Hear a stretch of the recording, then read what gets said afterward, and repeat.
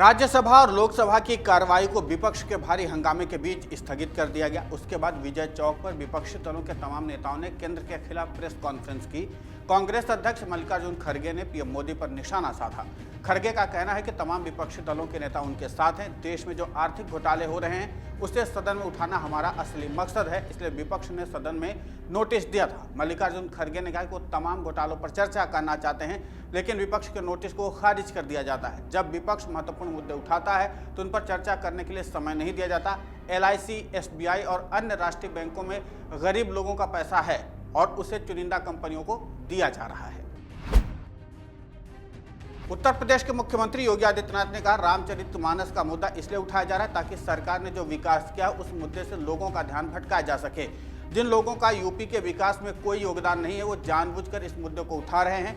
उनकी पहचान का संकट अब बना हुआ है, इसलिए अब वो रामचरितमानस का मुद्दा उठा रहे हैं। इस दौरान अखिलेश यादव ने शूद्र वाले सवाल पर भी CM योगी ने पलटवार किया। अखिलेश यादव को जवाब देते हुए उन्होंने कहा, मैं उन्हें जवाब दूंगा जब उन्हें मेरे जवाब की जरूरत होगी।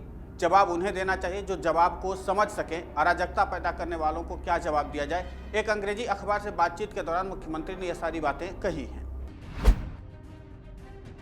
अमेरिका की शॉर्ट सेलिंग कंपनी की रिपोर्ट के बाद हिचकोले खा रहे गौतम अडानी का एक अप्रत्याशित फैसला लिया गया है। उन्होंने अपनी फ्लैगशिप कंपनी अडानी एंटरप्राइजेस का 20,000 करोड़ रुपए का FPO वापस लेने का फैसला किया। हालांकि कंपनी का FPO आखिरी दिन दोस्तों की मदद से फुली सब्सक्राइब हो गया था। माना जा रहा है कि हिंडनबर्ग की रिपोर्ट के बाद अडानी ग्रुप ने यह कदम उठाया है। हिंडनबर्ग रिसर्च की रिपोर्ट पिछले गुरुवार को आई थी और उसके बाद से अडानी ग्रुप की कंपनियों में भारी गिरावट देखने को मिल रही है। ग्रुप का मार्केट कैप करीब $90 अरब घट गया है। साथ ही अडानी की नेटवर्थ 48.5 अरब डॉलर की गिरावट आई है और वो दुनिया के अमीरों की लिस्ट में 13वें नंबर पर खिसक गए हैं। इस बीच अडानी ने खुद इस FPO को वापस लेने की वजह भी बताई है। पश्चिम बंगाल के मुख्यमंत्री ममता बनर्जी ने LIC और आम बजट 2023 को लेकर के केंद्र सरकार पर निशाना साधा। उन्होंने दावा किया कि यूनियन बजट साल 2024 में होने वाले लोकसभा चुनाव को देखते हुए बनाया गया था।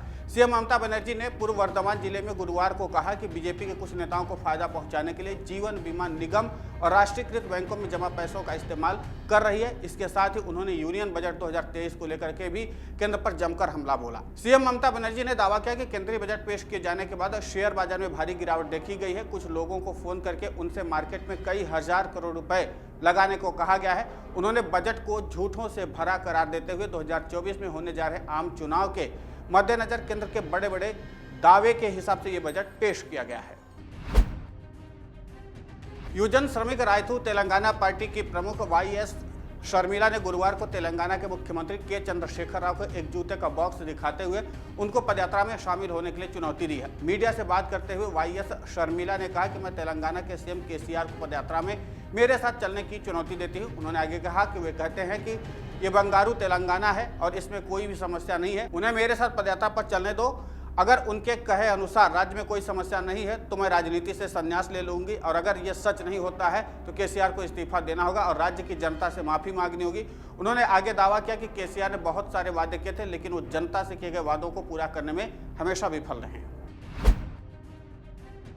केंद्रीय वित्त मंत्री निर्मला सीतारमण ने बुधवार को साल 2023-24 का बजट पेश किया। यह वित्त मंत्री निर्मला सीतारमण का लगातार 5वां और मोदी सरकार के दूसरे कार्यकाल का आखिरी पूर्ण बजट रहा है। बजट के बाद तमाम बड़े नेताओं और राजनीतिज्ञों ने अपनी अपनी प्रतिक्रियाएं दी।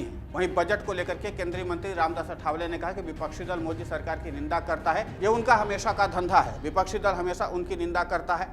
केंद्रीय मंत्री रामदास अठावले ने अपने अंदाज में कहा, विपक्षी दल हमेशा करता है मोदी सरकार की निंदा, ये तो है हमेशा से उनका धंधा। मोदी जी है बहुत मजबूत बंदा और विपक्ष हो गया है अंधा। उन्होंने कहा कि ये सर्वजन हिताय सर्वजन सुखाय वाला बजट है। इस बजट में सभी लोगों का ध्यान रखा गया। इसमें दलित, आदिवासी, महिला, मध्यम वर्ग, सीनियर सिटीजन, युवाओं सभी को न्याय दिया गया है। रामदास अठावले ने कहा, विपक्षी दल इस बजट को देख करके थर-थर हो गया है। उनको लगता है कि 2024 के चुनाव को ध्यान में रख करके बजट तैयार किया गया, लेकिन ऐसा नहीं है। उत्तर प्रदेश में इन दिनों रामचरितमानस को लेकर के काफी सियासी वार पलटवार हो रहा है। इसके जन्मदाता स्वामी प्रसाद मौर्य हैं, जो पूर्व में बीजेपी के नेता थे। इन दिनों समाजवादी पार्टी के नवनियुक्त राष्ट्रीय महासचिव हैं। मौर्य रामचरितमानस को लेकर के दिए गए अपने बयान पर अड़े हुए हैं। उन्होंने गुरुवार को फिर से एक ट्वीट किया। अपने किए ट्वीट में कहा है कि इंडियंस आर डॉग कह करके अंग्रेजों ने जो अपमान और बदसलूकी ट्रेन में गांधी जी से की थी, वो दर्द गांधी जी ने ही समझा था। ठीक उसी तरह से धर्म की आड़ में जो अपमानजनक टिप्पणियां महिलाओं और शूद्र समाज पर की जाती है, उसका दर्द सिर्फ महिलाएं और शुद्ध समाज ही समझ सकता है। उन्होंने कहा कि गाली देने वाला समाज उसकी पीड़ा को कभी नहीं समझ सकता जो शूद्र और नारी झेलते हैं। जम्मू कश्मीर के पूर्व सीएम गुलाम नबी आजाद ने गुरुवार को गृह मंत्री अमित शाह से मुलाकात की है। डेमोक्रेटिक आजाद पार्टी के प्रमुख गुलाम नबी आजाद ने केंद्रीय गृह मंत्री को जम्मू कश्मीर में चल रही एंटी एंक्रोचमेंट ड्राइव का मुद्दा उठाया। उन्होंने ट्वीट कर बताया, जम्मू कश्मीर में भूमि बेदखली के मुद्दों के संबंध में केंद्रीय गृह मंत्री अमित शाह से मुलाकात की। आजाद ने कहा कि अमित शाह को आम लोगों के बीच फैली अशांति और अनिश्चितता के बारे में अवगत कराया। लोगों को उनकी संपत्तियों को खाली करने के लिए मजबूर किया जा रहा है जिन्हें मान्यता प्राप्त है। अमित शाह ने मुझे आश्वासन दिया कि मकान बनाने वाले छोटे भूमि धारकों को छुआ तक नहीं जाएगा। गुलाम नबी आजाद ने अमित शाह को बताया कि पिछले कुछ दशकों से छोटी छोटी जमीनों पर घरों का निर्माण करने वाले अधिकांश लोग प्रवासी हैं और ज्यादातर उग्रवाद के शिकार हैं। बीजेपी प्रदेश कार्यालय में पत्रकारों को संबोधित करते हुए मुख्यमंत्री शिवराज सिंह चौहान ने कहा कि केंद्रीय वित्त मंत्री निर्मला सीतारमण ने केंद्रीय बजट संसद में रखा। ये अमृतकाल का पहला आम बजट है। प्रधानमंत्री ने आत्मनिर्भर भारत निर्माण का संकल्प लिया है। यह आत्मनिर्भर भारत के निर्माण का बजट है। यह बजट गांव, गरीब, किसान, आदिवासी, दलित, शोषित, वंचित, दिव्यांगजनों, मतदाताओं, माताओं, बहनों और मध्यम वर्ग के लोगों को सशक्त और सक्षम बनाने वाला है। इससे कृषि विकास, श्रमिक कल्याण, अधोसंरचना विकास होगा। उन्होंने कहा कि इस बजट ने समाज के हर वर्ग को छुआ है। सर्वव्यापी बजट है। इस बजट में सर्व समावेश है। सामाजिक न्याय, समानता, सम्मान और समान अवसर उपलब्ध कराने वाला बजट है। सीएम शिवराज सिंह चौहान ने कहा कि हमारा 75वां आम बजट है। यह दुनिया में सबसे तेज गति से देश को विकास की राह दिखाने वाला मजबूत बजट है। केंद्रीय वित्त मंत्री निर्मला सीतारमण ने 1 फरवरी को भारत सरकार द्वारा 2023-24 का बजट पेश कर दिया। इस बार के बजट में जनजातीय समूहों के लिए भारी राशि आवंटित की गई है। केंद्र सरकार ने अगले 3 वर्षों में विशेष रूप से कमजोर जनजातीय समूहों की सामाजिक आर्थिक स्थितियों में सुधार के लिए 15,000 करोड़ रुपए की विकास कार्य शुरू करने की घोषणा की है। इसके साथ ही आदिवासी मामलों के मंत्रालय का बजटीय आवंटन बढ़ा करके 12,4149.95 करोड़ रुपए कर दिया गया है, जो पिछले वित्त वर्ष की तुलना में लगभग 48% अधिक है। इस साल देश में 9 राज्यों में चुनाव है और सरकार के इस कदम को उससे जोड़ करके देखा जा रहा है। इस साल 2023 में 9 राज्यों में कर्नाटक, मध्य प्रदेश, राजस्थान, छत्तीसगढ़, तेलंगाना, मेघालय, मिजोरम, नागालैंड और त्रिपुरा में विधानसभा चुनाव होने हैं। इन चुनावों को 2024 के आम चुनाव के पहले का सेमीफाइनल माना जा रहा है।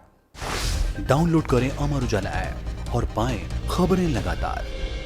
अगर आप ये वीडियो YouTube पर देख रहे हैं तो हमारे चैनल को सब्सक्राइब करें और बेल आइकन को दबाना ना भूलें। अगर आप Facebook पर ये वीडियो देख रहे हैं तो हमारे पेज को लाइक करें।